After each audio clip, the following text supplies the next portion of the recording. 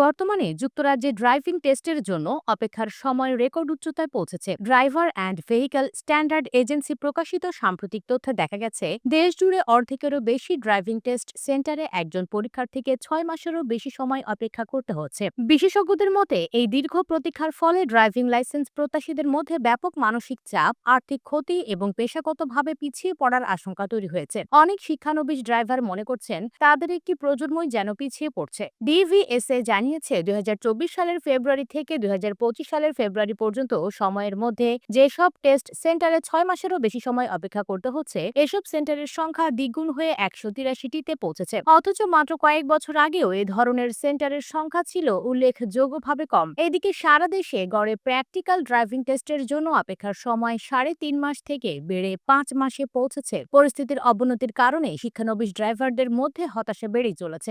এ driving স্কুলের মুখপাত্র Lauren এক বিবৃতিতে জানান, বর্তমান সমস্যার মূল শিকড় লুকিয়ে আছে কোভিড-19 মহামারীর সময়। 2020 সালে যখন পুরো দেশ লকডাউনে চলে যায়, তখন ড্রাইভিং টেস্ট কার্যক্রম বন্ধ করে দিতে হয়। পরবর্তীতে টেস্ট চালু হলেও জমে থাকা বিপুল সংখ্যক পরীক্ষার্থী সামাল দেওয়া সম্ভব হয়নি, কারণ পর্যাপ্ত সংখ্যক এক্সামিনার এবং ট্রেনার নিয়োগ করা হয়নি। কোভিড পরবর্তী সময়ে বিভিন্ন বিধিনিষেধ এবং স্বাস্থ্য ঝুঁকির কারণে পরীক্ষার কার্যক্রম বারবার ব্যাহত হয়েছে। এর ফলে যে বিশাল ব্যাকলগ তৈরি হয়েছিল, তা আজ পর্যন্ত পুরোপুরি দূর করা সম্ভব হয়নি। বর্তমানে নতুন পরীক্ষার্থীদের জন্য টেস্ট বুকিং পাওয়া কঠিন হয়ে পড়েছে এবং যারা আগে ব্যর্থ হয়েছেন তাদের জন্য পুনরায় পরীক্ষার সুযোগ পেতেও দীর্ঘদিন অপেক্ষা করতে হচ্ছে। এদিকে ড্রাইভিং পরীক্ষার সময় নিয়ে ম্যানিপুলেশন বন্ধ করতে ডিভিএসএ নতুন করে কঠোর পদক্ষেপ নিয়েছে। অনেকে লাভের জন্য পরীক্ষার তারিখ বুক করে পরে তা উচ্চ মূল্যে পুনরায় বিক্রি করছিলেন। এই অনিয়ম রোধ করতে পরীক্ষার বুকিং এবং বাতিলের নিয়ম কানুনে পরিবর্তন আনা হয়েছে। চাপ সামাল দিতে এবং দ্রুত পরীক্ষার সুযোগ নিশ্চিত করতে ডিভিএসএ এই বছরের মধ্যে অতিরিক্ত 450 জন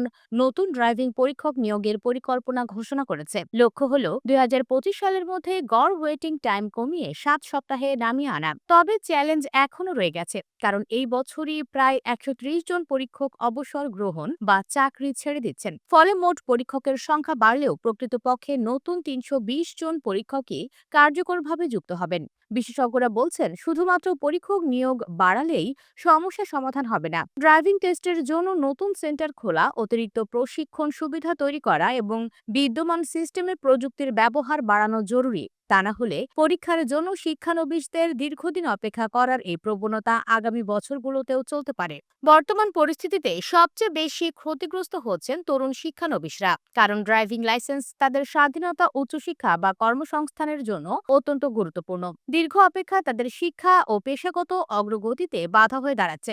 অনেকে আবার উচ্চমূল্যে প্রাইভেট ড্রাইভিং কোর্স বা রিসেল বুকিং কিনতে বাধ্য হচ্ছেন, যা তাদের আর্থিক চাপ বাড়াচ্ছে। ড্রাইভিং ইন্ডাস্ট্রির বিশেষজ্ঞরা মনে করছেন, দ্রুত ব্যবস্থা না নিলে একটি প্রজন্মের ড্রাইভিং দক্ষতা অর্জনের সুযোগ মারাত্মকভাবে ক্ষতিগ্রস্ত হবে এবং এর প্রভাব সমাজের ওপরও পড়বে। যুক্তরাজ্যে পড়তে আসা একজন বাংলাদেশি পরীক্ষার্থী বলেন, আমি যুক্তরাজ্যে এসে ড্রাইভিং লাইসেন্স করার জন্য অনেক আশা নিয়ে চেষ্টা শুরু করি, কিন্তু এখন দেখছি টেস্টের জন্য মাসের পর মাস অপেক্ষা করতে হচ্ছে। প্রথমে ভাবছিলাম 3 থেকে 4 মাসের মধ্যেই লাইসেন্স হাতে পাবো, কিন্তু এখন শুনছি 6 থেকে 7 মাস বা তারও বেশি সময় লাগবে।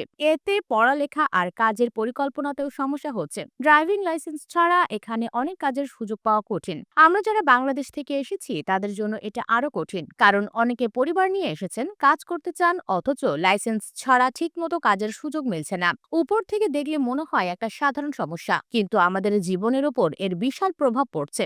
আশা করি সরকার দ্রুত এই সমস্যার সমাধান করবে।